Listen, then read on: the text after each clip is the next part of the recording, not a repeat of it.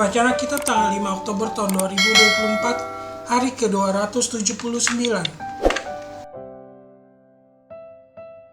Kejadian pasal 23. Sarah mati dan dikuburkan. Sarah hidup 127 tahun lamanya. Itulah umur Sarah. Kemudian matilah Sarah di Kiryat Arba, yaitu Hebron, di tanah Kanaan.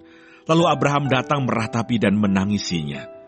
Sesudah itu Abraham bangkit dan meninggalkan istrinya yang mati itu. Lalu berkata kepada Bani Het, "Aku ini orang asing dan pendatang di antara kamu. Berikanlah kiranya kuburan milik kepadaku di tanah kamu ini, supaya kiranya aku dapat mengantarkan dan menguburkan istriku yang mati itu." Bani Het menjawab Abraham, "Dengarlah kepada kami, tuanku. Tuanku ini seorang raja agung di tengah-tengah kami. Jadi kuburkanlah istrimu yang mati itu dalam kuburan kami yang terpilih. Tidak akan ada seorang pun dari kami yang menolak menyediakan kuburannya bagimu untuk menguburkan istrimu yang mati itu."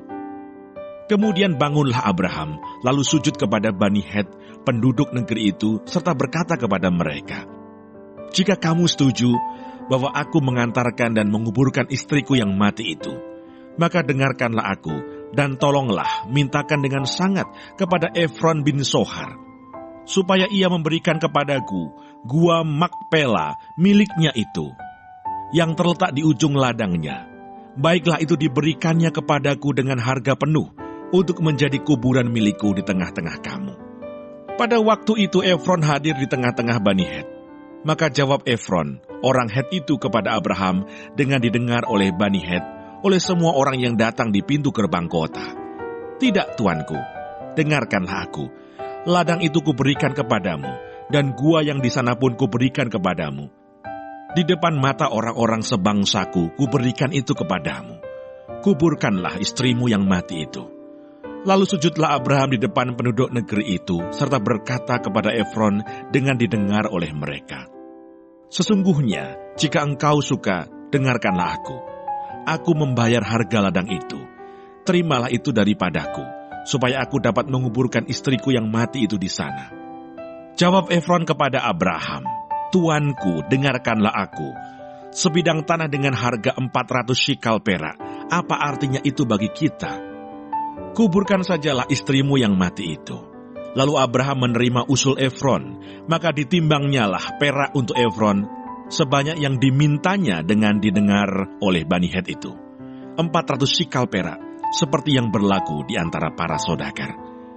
Demikianlah ladang Efron, yang letaknya di Makpela di sebelah timur Mamre, ladang dan gua yang di sana, serta segala pohon di ladang itu, bahkan di seluruh tanah itu sampai ke tepi-tepinya, diserahkan kepada Abraham menjadi tanah belian di depan mata Bani Het itu, di depan semua orang yang datang di pintu gerbang kota.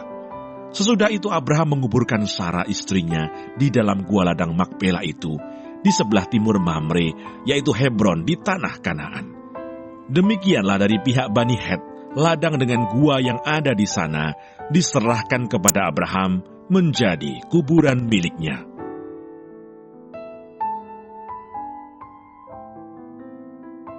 Mazmur 8. Manusia hina sebagai makhluk mulia.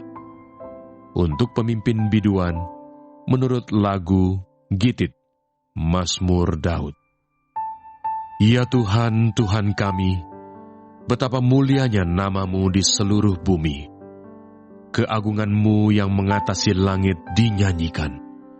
Dari mulut bayi-bayi dan anak-anak yang menyusu, telah kau letakkan dasar kekuatan karena lawanmu, untuk membungkamkan musuh dan pendendam. Jika aku melihat langitmu, buatan jarimu, bulan dan bintang-bintang yang kau tempatkan, apakah manusia sehingga engkau mengingatnya? Apakah anak manusia sehingga engkau mengindahkannya? Namun engkau telah membuatnya hampir sama seperti Allah. dan telah memahkotainya dengan kemuliaan dan hormat. Engkau membuat dia berkuasa atas buatan tanganmu, segala-galanya telah kau letakkan di bawah kakinya.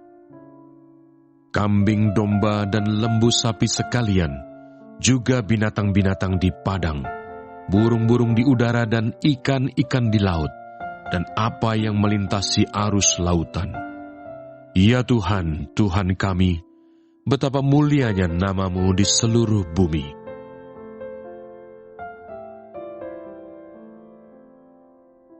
Lukas pasal 16.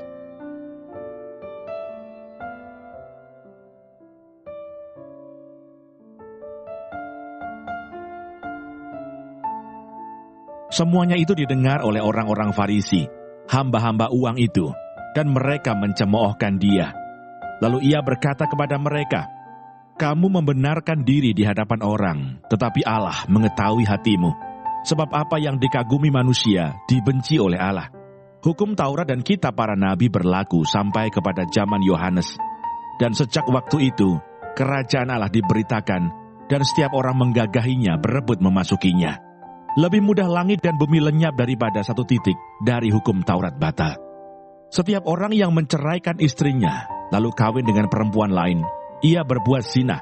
Dan barang siapa kawin dengan perempuan yang diceraikan suaminya, ia berbuat zina."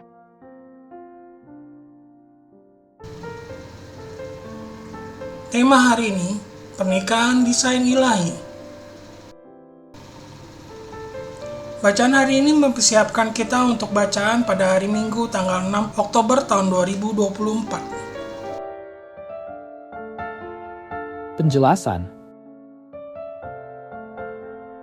Kejadian pasal 23 ayat 1 sampai dengan 20. Perikop ini menceritakan kematian Sarah dan bagaimana Abraham bernegosiasi untuk membeli tanah di Hebron, yaitu Gua Makpela, sebagai tempat pemakaman Sarah.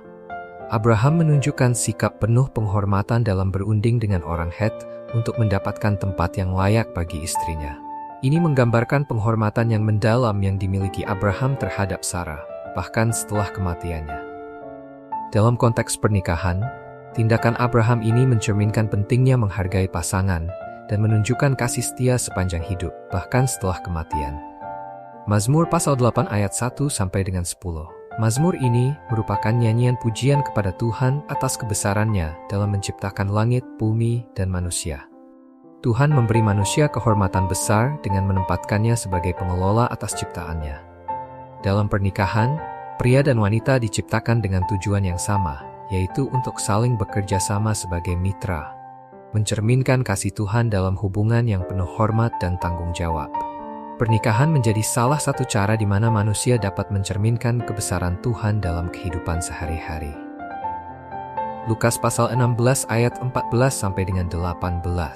Yesus menegur orang-orang Farisi yang mencintai uang dan yang mencoba membenarkan diri di hadapan manusia, tetapi hati mereka tidak sesuai dengan kehendak Tuhan.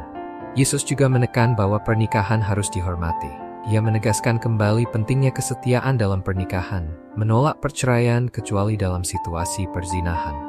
Pernikahan menurut Yesus adalah institusi yang kudus dan harus dijaga dengan integritas dan kesetiaan, sesuai dengan kehendak Tuhan.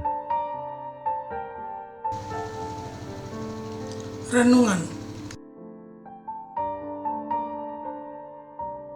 Kejadian pasal 23 menunjukkan bagaimana Abraham menghormati Sarah, bahkan setelah kematiannya. Ini mengajarkan kita bahwa pernikahan adalah hubungan yang kudus dan penuh kasih, di mana suami istri harus menghargai satu sama lain sepanjang hidup mereka, bahkan sampai saat-saat terakhir. Kasih yang ditunjukkan dalam tindakan kecil, seperti menyediakan tempat peristirahatan yang layak, adalah manifestasi dari kasih dan penghormatan yang dalam. Ini memberi kita teladan tentang bagaimana pernikahan harus dilandasi oleh rasa hormat dan kasih yang mendalam, sesuai dengan desain ilahi. Mazmur pasal 8 mengingatkan kita tentang kehormatan yang Tuhan berikan kepada manusia. Dalam pernikahan, suami dan istri dipanggil untuk saling menghormati dan bekerja sama dalam kehormatan tersebut. Kehormatan yang diberikan Tuhan ini mencakup tanggung jawab untuk menjaga dan memelihara satu sama lain, serta bersama-sama mencerminkan kasih Tuhan dalam kehidupan pernikahan. Lukas pasal 16 menekankan pentingnya kesetiaan dalam pernikahan. Yesus memperingatkan tentang bahaya sikap yang mengabaikan integritas pernikahan. Kesetiaan adalah inti dari hubungan suami istri, dan Yesus menegaskan bahwa pernikahan adalah perjanjian yang kudus di hadapan Tuhan. Dengan hidup sesuai dengan prinsip-prinsip ini, kita mencerminkan kehendak Tuhan dalam pernikahan, dan kita menjaga kekudusan yang Tuhan tetapkan dalam hubungan ini. Refleksi.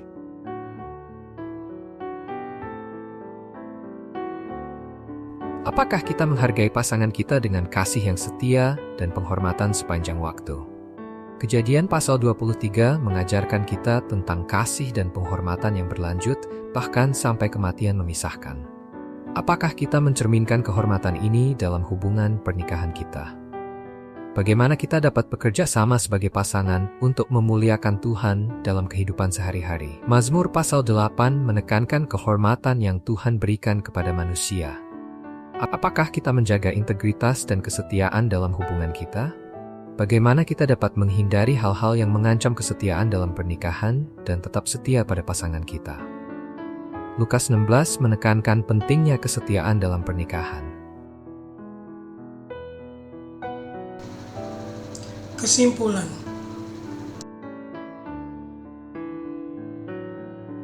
Pernikahan adalah bagian dari desain ilahi yang ditetapkan oleh Tuhan, didasarkan pada kasih, penghormatan, dan kesetiaan.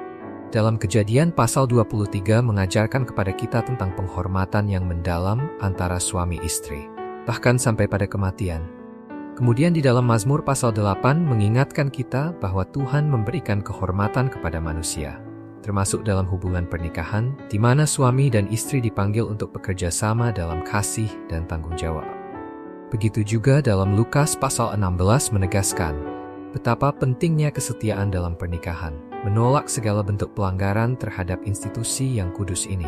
Dengan hidup dalam kasih, penghormatan, dan kesetiaan, pernikahan kita akan mencerminkan kehendak Tuhan dan menjadi bagian dari desain ilahi yang telah Ia tetapkan.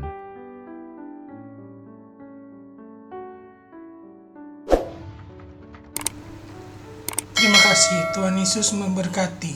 Amin.